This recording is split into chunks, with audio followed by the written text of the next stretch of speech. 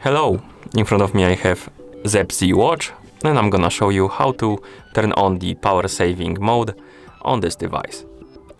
First, we need to wake up the screen on our watch.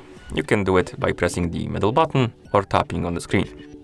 After you wake up the screen, swipe downwards from the top of the screen to open the quick panel, and here we have this icon with the leaf and the lightning bolt on it.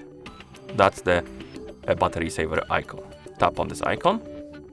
Here we have a warning message. Basically, it says what the battery saver does, and what it does is disable all of the features besides the steps and sleep time. Basically, all of the features besides steps and sleep time are disabled. Now let's tap on the check mark to confirm, and here we have the battery saver mode. That's how it looks like.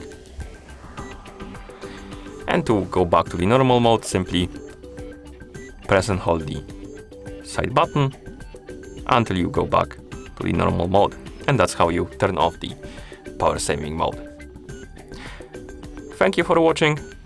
If you found this video helpful, please consider subscribing to our channel and leaving the like on the video.